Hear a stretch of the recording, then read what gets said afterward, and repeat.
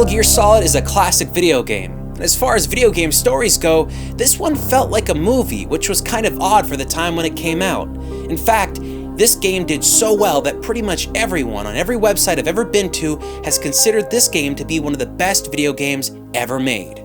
So today, we're going to be taking a look at Metal Gear Solid on the PlayStation. Let's find the negatives.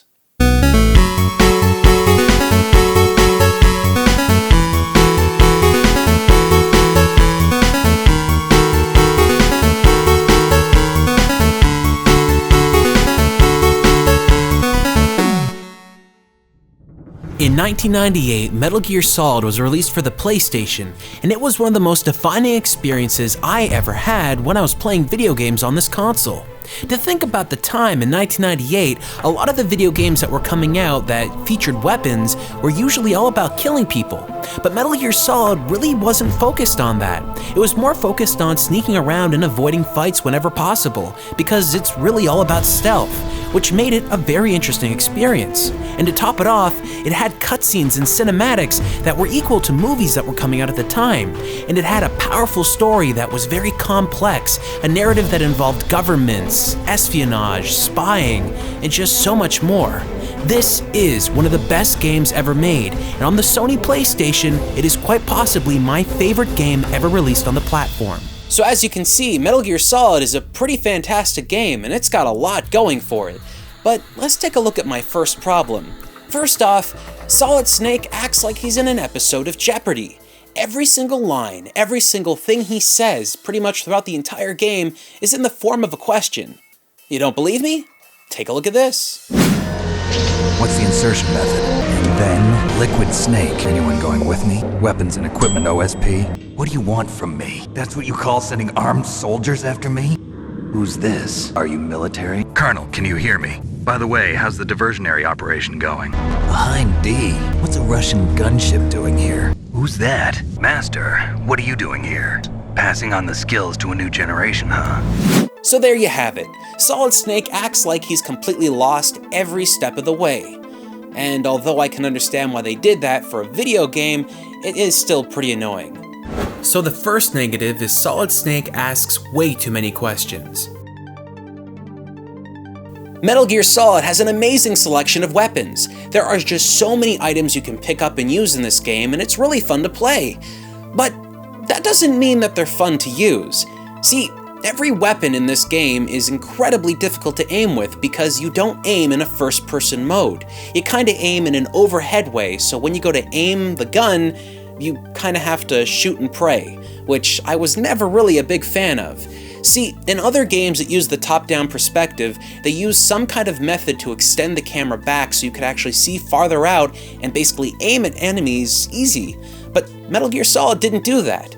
So most of the game, when you go to fire or shoot someone, well, it just doesn't work that well. And it's still a problem to this day playing the game. So the second negative is it's incredibly difficult to aim your weapons. Metal Gear Solid feels like a really cinematic experience. Pretty much every sequence in the game is set up in a way that has some kind of relevance to the story. So of course, every sequence in the game where you're playing the game has a very staticky camera position that sometimes doesn't work. When you're playing a majority of the game, you're kind of avoiding other soldiers while you're walking around. And this is kind of the point of Metal Gear Solid. It's a sneaking game. You're not supposed to go in guns blazing. But because of the way that a lot of the camera angles are set up, you usually can't see characters that are right in front of you, which really sucks. The creator of the game, Hideo Kojima, is a huge fan of cinema, so he used a lot of those cinematic techniques for camera positions within the game itself. But that didn't always work, and in fact, it kinda hurt it in some instances. What did you just say? Did you just insult Kojima? He's like the best video game developer in the history of the world. He's like a precious little flower in a world filled with poop. Do you not understand how good Kojima is? You should thank every day that he's making games. You have no idea what it's like for a man like him. He's an artist, he's a painter. Oh God, Kojima, if you're watching this, please paint me like one of your French girls. Okay. So like I was saying, Metal Gear Solid has some pretty strange camera angles used throughout the game, and it wouldn't be a big deal if these were cinematics, but because these are points in the game where you're actually playing, it kinda works against you in some instances. For instance, when you go to face Sniper Wolf for the first time, well, the camera angle they choose for that is just insane. You can't see down the hallway, so you really can't see Sniper Wolf when you're moving around. They've got this top-down perspective, so you're just kinda looking at the floor instead of looking down the hall. Now, I know it doesn't matter too much in that sequence because you spend the majority of your time looking through a sniper scope, but a lot of the parts of the game that I played always featured very strange and sometimes awkward camera angles that made it a little bit more difficult to move around. In Metal Gear Solid 3, they used a third-person camera angle, and that was the first time they ever did that in the series. Now, I'm not saying that because they did it in a later part of the franchise that they should have done it in the first game, but it feels like it was something that they could have fixed. Plus, there were a lot of third-person games back then, like Tomb Raider, so it really wasn't that strange to use a third-person camera angle back in those days. So the third negative is that Metal Gear Solid has a lot of really awkward camera angles. Okay, alright. Don't be upset when I say this, but Metal Gear Solid kinda has too much dialogue. Okay, look, don't be upset about this, I'm just saying it's kinda a little bit excessive. The game is filled with dialogue. Like every 2 seconds, there's just so much speech everywhere. You make a phone call just to save the game and the lady's talking to you for like 5 hours. Now I get it, there's a lot of story building here and that's great, but this game is filled with so much dialogue that by the end of the day, when you've heard everything, you've probably spent like 24 hours listening to speech and dialogue that probably doesn't mean that much to the whole story overall. Now, I'm not kidding, this game is loaded with extra long codec conversations. Now, while I personally listened to every single one, which was pretty time consuming, I know that a lot of people out there just kind of avoided picking up the codec altogether because they just wanted to avoid those lengthy conversations. And realistically, if you were to actually sit down and time out all the conversations had in this game, you'd probably be listening to more conversations than actually playing the game itself, which is kinda nuts. So I really don't blame people for not picking up the codec when you got the ring.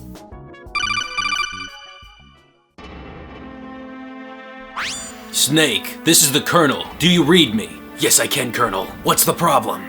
Snake, we've noticed that you haven't been picking up your codec. Yeah? So? It's very rude.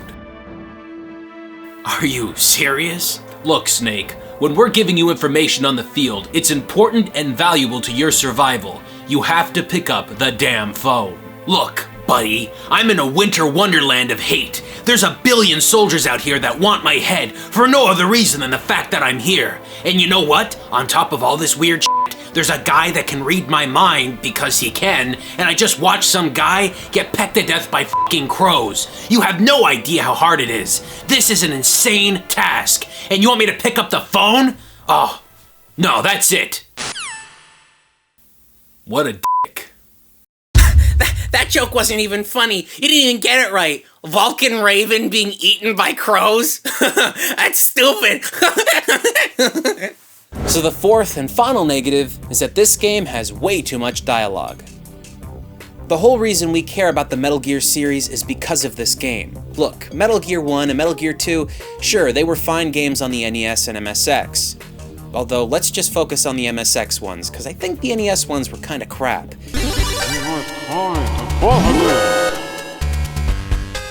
Really, Metal Gear Solid was the defining entry in this franchise. It's the one that pretty much got everybody's attention. It's the reason we care about this game franchise nearly as much as we do. And it's one of the best games ever made. Yeah, it's got a couple of flaws, but you know what? It's still really good. It's a game you can go back to and play again and again, and the story feels just as fresh today as it was yesterday.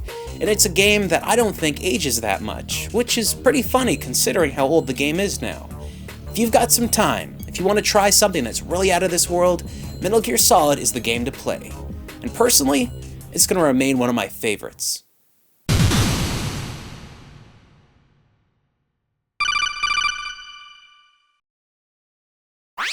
This is Snake. Colonel, can you read me? Loud and clear, Snake. We just saw that you passed through the wolf cavern unscathed. How did you manage to get past all those wolves? Huh, it was pretty easy, Colonel. All I had to do was punch Meryl in the face, let her slap me, then allow one of the wolf puppies to piss on my box. What?